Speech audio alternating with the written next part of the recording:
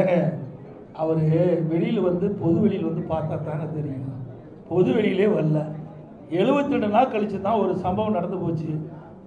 அந்த சம்பவத்தொட்டி 72 நாட்கள் ஒரு கட்சி தலைவரே வெளியே வரல. நாட்டில் என்ன நடக்குதுன்னு தெரியல. எந்தெந்த கட்சி எந்தெந்த கட்சியோட கூட்டணி இருக்குன்னு தெரியல. எந்த கட்சி தேர்தலில் தலைமை தாங்கன்னு தெரியல. அதை வச்சே நாங்கள் என்ன செய்யுது? அவருக்கு ஒன்றுமே தெரியாத போது எங்களை கேள்வி கேட்டால் அவர்கிட்ட போய் கேள்வி கேளுங்க. ஏற்கனவே அனைத்து இந்திய அண்ணா திராவிட முன்னேற்ற கழகம் கூட்டணி அமைக்கின்ற பொழுது ஐசிசி சோழா ஹோட்டலில் தெளிவுபடுத்தினார்.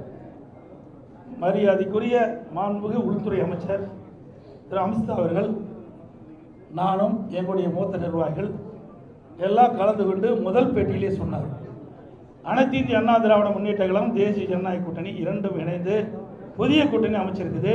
இந்த கூட்டணிக்கு அனைத்து இந்திய அண்ணா திராவிட முன்னேற்ற கழகம் தலைமை தாங்கும். இந்த கூட்டணி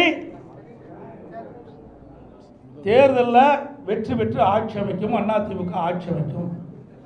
எங்களுடைய கூட்டணியுடைய வேட்பாளர் இபிஎஸ் தெளிவுபடுத்தியாச்சு.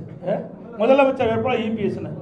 இது அவர் டிவியில் பார்க்கல, தொலைக்காட்சியில் பார்க்கல, பார்க்கறதுக்கு நேரம் இல்லை, மக்களை பார்க்கறதும் இல்லை, தொலைக்காட்சியில் பார்த்து தெரிஞ்சுக்கல, ஒன்றுமே தெரியாததை வச்சு எங்கிட்ட கேள்வி கேட்கணும். புரியுதுங்களா? தெரிஞ்சிருந்தா பரவாயில்ல. ஒரு கட்சியுடைய தலைவர் எல்லாம் தெரிஞ்சிருக்க வேணும். தெரியாம அறியாம பேசிட்டு இருக்காரு. நாட்டில் நடக்கிற நிலவரம் என்னன்னே தெரியல. இப்படி ஒரு தடவையாவது இப்படி பிரஸ் மீட் காட்ட சொல்லுங்க, புரிஞ்சுக்கிட்டோம். நாட்டில் உங்களை போல் இருக்கிற நிருபர்கள் கேட்கின்ற கேள்விக்கு பதில் சொன்னா தான் வெளியில் என்ன நடக்குதுன்னா அவர் புரிஞ்சுக்கிட்டோம்.